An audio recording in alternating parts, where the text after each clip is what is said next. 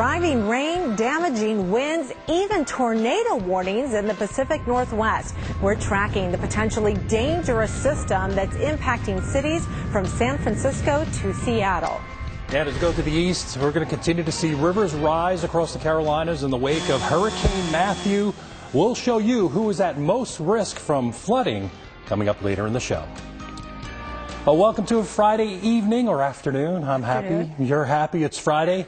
Welcome to Weather Center Live. I'm meteorologist Ray Stajan. And I'm meteorologist Jackie Jarris. It is Friday, October 14th, and our top story today, the powerful system that's hitting the northwest coast.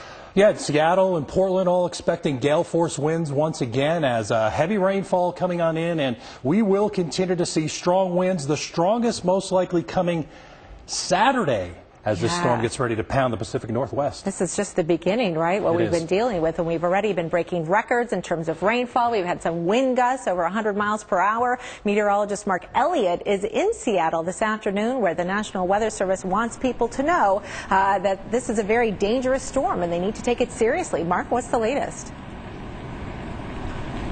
Yeah, they absolutely are taking this seriously. In fact, the city is telling everyone that they have to stay out of the parks. They basically don't want anyone near any trees that could fall. That's one of the big concerns with this system, not only right now, as you see there's plenty of wind and rain blowing on by, but really as we go through the next couple of days. This is an onslaught of storms that's working its way through the Pacific Northwest. Started out basically overnight last night, continued through the day today. If anything, this first storm may have overachieved a little bit.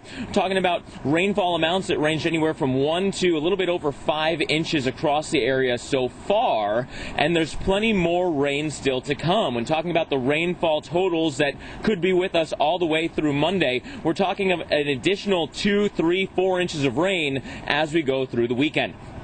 In some ways, the rain that we're seeing here that's kind of shrouding the city just a little bit and giving us some problems with the traffic is in some ways good news in that the storm that's coming for this weekend is actually going to be the stronger of the two. So the storm today, last night into today, helped to kind of weed out some of the leaves off the trees, and some of the weaker trees started to fall already. Yes, close to 20,000 of you are saying this is not good news for us. We don't have power already. But because some of those leaves were able to be knocked off the trees, there's less of those leaves to catch the next storm. That'll be even stronger. Leaves act like little parachutes and can actually help to catch the wind and bring those trees down. So we are anticipating even more power outages as we go through the weekend. That is something that is of concern. It's the first storm, kind of their fall into winter season. This is when you get the big wind events and the big rain events in the Pacific Northwest. But because this is the first one, most of the trees still have leaves on them. So the biggest concern is that tree damage and power line issue as we continue on into the weekend.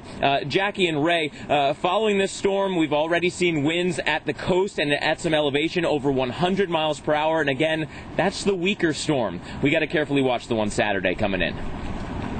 All right, Mark, thank you very much. And I think, Jackie, the weather is only going to get worse before it gets any better. I mean, multiple systems coming in, and even a severe weather component, a numerous amount of tornado warnings. That's right. In fact, the National Weather Service in Portland, Oregon, issued as many tornado warnings this morning alone as they have in the last 20 years. Yeah, they have. That's staggering statistic. It's a little unusual to get that amount of tornadoes. A little bit. And so we want to go right to our severe weather expert, Dr. Greg Forbes, for more on this and what we can expect with this next system. Dr. Forbes? Thanks, Jackie. Yeah, and we did have one tornado